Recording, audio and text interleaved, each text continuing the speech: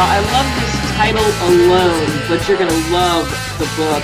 Jim Best has written a book called The Irate Pirate. I think of pirates in my childhood, and just the whole combination of that immediately, I think, evokes something. So the title is brilliant. And then the theme behind the book is also fabulous because I had a chance to catch up with Jim and do a little sneak preview off the air. So I'm very excited to introduce all of you to Jim Best. Jim, thanks so much for coming on the show. My pleasure, Kate. I've been looking forward to it, and I am always eager to talk about The Irate Pirate. Let's talk about that title. The title it's very clever and catching. Tell us about your idea behind it. Sure. Well, thank you. So many of the audience and readers have identified with this. There's a whole universe of people that play words with friends, and I was playing that game. It came to a very late stage in the game, and the only word that I could spell was irate. I couldn't go out with that word, and so I had to be very cautious. Anybody that plays frequently will understand my predicament. It started right next to a double word score. Your opponent puts a letter in front of your word. They not only get the double score on your word, but then they can go perpendicular to it, and it could be a game breaker. So I was spelling irate, and I wondered what letter they could add to it to form another word. And the only one that I could think of was pirate. And I was struck with the non-rhyme nature of those two words, the irate pirate. And I jokingly remarked to my wife that that was going to be the first title of my children's book. And as I began to think about it, the words caught me, and I'm a word person, and so I've always had a fascination with words. But it struck me, well, every pirate is irate, so I don't want to write about that. That's why they say, "Arr." But then I thought about, well, what if it was a kid, a schoolboy or a schoolgirl? What might they be irate about? And one of the things that I've always focused on as a parent, and many of you will identify with this, we think about the role models and the examples that we're setting for our children. And as I thought about a boy growing up in a pirate community, what would he have to look forward to if he was going to become a pirate? And we know all the stereotypes. They have patch eyes, and they have peg legs, and they have hook hands, and they work on dirty ships. So I started thinking about that. That would certainly be something that a young boy might move away from. And really, it was 2 years ago, just from Christmas Eve, that it came to me in a very quick, creative burst. And I had to go back, of course, and tune it up a little bit, but it was just a very nice and spontaneous and what sometimes we'll refer to as a pure story that unfolded, and one that, as I shared it with other people, they enjoyed it and thought it was funny, and thought that not only was it a great message for children, but also one for parents, in that you have to be a good role model. You want your children to learn as they read, and you want a story that you can share with them, that they may want to come to you and ask, what are certain terms and what is the meaning of this? And so I try to infuse that in the writing that I do, Kate. That was a long-winded answer to your question, but I hope that I covered your question. No, you nailed it. And you nailed really the next question, why people would want to read The Irate Pirate. And we'll tell everybody Jim Best's Irate Pirate. You can pick it up wherever great books are sold, of course, Amazon, etc., all those places that you normally go. So you peppered in the reasons why people would want to buy it. Absolutely. I like the fact that you talk about terms and using terms. When you sat and had to come up with that, boy, I just in my mind can think of a spider web of ideas and terms and things that you would want parents to know and kids to know. Was it tough to boil it down?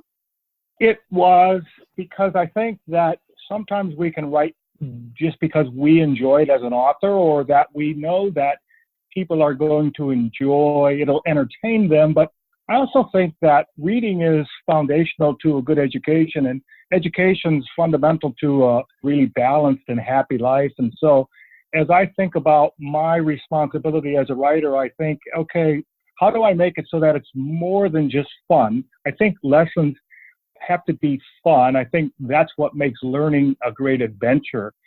And the distinction that I make is that people love to learn, but we don't necessarily like to be taught. And so if I can put something in the book that will give children and readers an opportunity to discover something so that reading becomes like exploration. I think that was always the curiosity that I had as a child, is to enter another world through our reading. And I like to write so that it's stories that children can share with their parents. I write them so that parents will be entertained and there is some what we'll call funny circumstances that adults will identify with. But I also make it so that children can ask their parents, what does this mean exactly?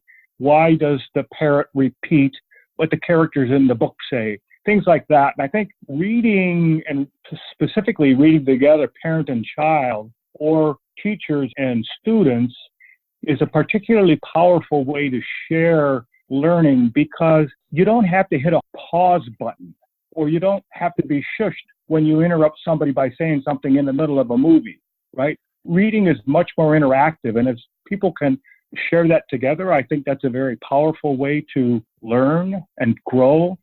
And I also think that you can go back and revisit it. One of the things that we always say is you can read the same book, but you're not the same person, and you won't be the same student or the same child next time, and you can get something else out of it. And so I try to make them so that they're very entertaining, but I also try to make it so that there's lessons that after you think about it for a little bit, you go back and you see some nuances and some subtleties that you didn't maybe see before. So that's what I try to do as a writer. That's what I really tried to hone in on with the Irate Pirate.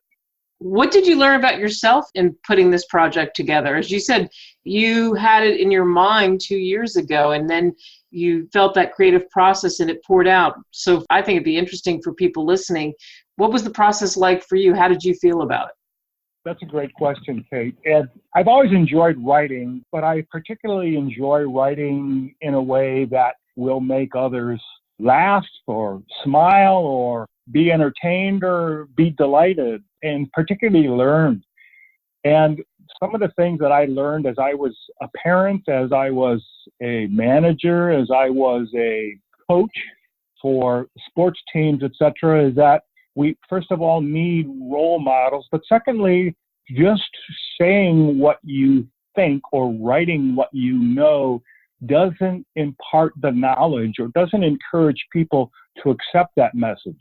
And so we've got to be very creative and very innovative and frankly, very effective if we want people to relate to what we're writing. And I think that's the purpose of all creative endeavors. Then we've got to find ways that are beyond just the way that we learn or just the way that we choose to understand things. And how do we make it so that we write it once, it lasts forever, and it stands the test of time? And so that was the exercise that I put myself through. It was challenging, and so I learned that in order to be a more effective writer, I had to be more disciplined, and it wasn't just writing whatever pleased me. It was, how is this going to be interpreted? So I've got one friend who actually has a daughter who just recently turned 8, and she loves to read, and so sometimes he would have her read the books first time through, and he would videotape her doing it. And so I could see what words she didn't understand, what words would be good for her to learn at that time, and what part caught her attention, and what amused her, and what amazed her, and what maybe bogged down the writing a little bit. So one of the things I learned about myself is that I have a pretty strong commitment not only to writing, but to education and doing whatever small part I can to make it so that students are more positive about reading and more positive about learning, and that they feel supported by their teachers and parents. And that's one thing that I always do without imparting a heavy message, is that I always try to make it so that the teachers in the stories, the principal is a big part, Mr. Plankwell, I still smile when I think of, but I try to make it so that they are not perfect people, but certainly worth respect and act in such a way that they are responsible members of the students' world that they find themselves responsible for. Oh, I love it. Perfect place to end this. We don't want to give away everything because we want you to pick up Jim's book, Jim Best, The Irate Pirate, and get it at Amazon and wherever great books are sold. Jim, thanks so much. Oh, thank you, Kate. My pleasure.